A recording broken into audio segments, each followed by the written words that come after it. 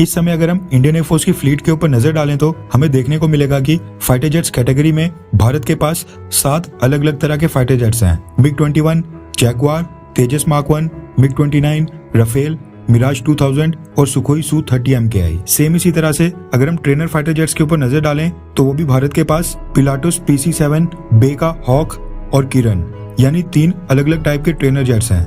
And अगर Indian air force के military transport aircraft के ऊपर नजर डालें तो वहां भी यही देखने को मिलेगा।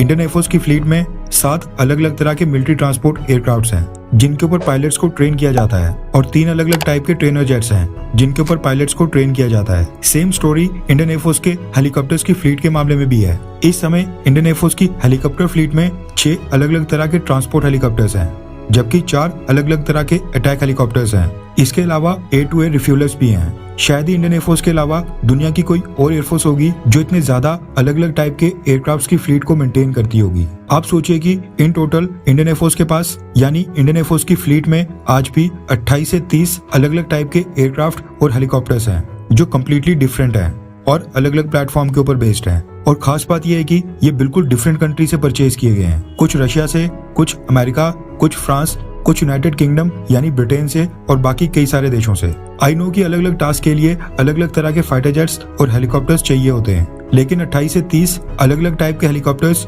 और एयरक्राफ्ट यानी कि फाइटर जेट्स ये वाकई में बहुत ही बड़ा नंबर है। एंड इन फ्यूचर आने वाले समय में तो इंडियन एयरफोर्स को अपने ड्रोन्स की फ्लीट को भी मेंटेन करके रखना पड़ेगा। अब होता क्या है कि अलग अलग प्लेटफॉर्म के ऊपर बेस्ड फाइटर जेट्स, एयरक्राफ्ट्स और हेलीकॉप्टर्स को ऑपरेट करने के तरीके भी अलग अलग होते हैं। अब MiG-29 का पायलट राफेल फाइटर जेट को एफिशिएंट मैनर में नहीं चला पाएगा। सेम इसी तरह से चिनूक हेलीकॉप्टर्स और Mi-17 मिलिट्री ट्रांसपोर्ट हेलीकॉप्टर को ऑपरेट करने में काफी डिफरेंस होता है। अलग अलग तरह के प्लेटफॉर्म के ऊपर बेस्ड एयरक्राफ्ट्स की ट्रेनिंग के लिए भी एक्स्ट्रा रिसोर्सेज लगते हैं। काफी टाइम कंज्यूमिंग प्रोसेस होता है एंड इसके और भी कई सारे डिसएडवांटेजेस होते हैं। हम इमरजेंसी की सिचुएशन में पायलट्स को क्रॉस प्लेटफॉर्म के ऊपर भी यूज नहीं कर सकते हैं। इसके अलावा जब ज्यादा अलग अलग तरह के फाइटर जेट्स या फिर हेलीकॉप्टर होते हैं तो उनकी ट्रेनिंग भी अलग अलग स्टाइल में होती है। उनको रिपेयर करना, उनकी मेंटेनेंस करने का प्रोसेस वो भी डिफरेंट होता है। डिफरेंट लोग उनकी मेंटेनेंस और रिपेयर वर्क करते हैं। इसमें काफी सारी परेशानियों का सामना करना पड़ता है। ऐसे में जो भारत की parliament standing committee on defence है उसने इंडियन एयरफोर्स को कुछ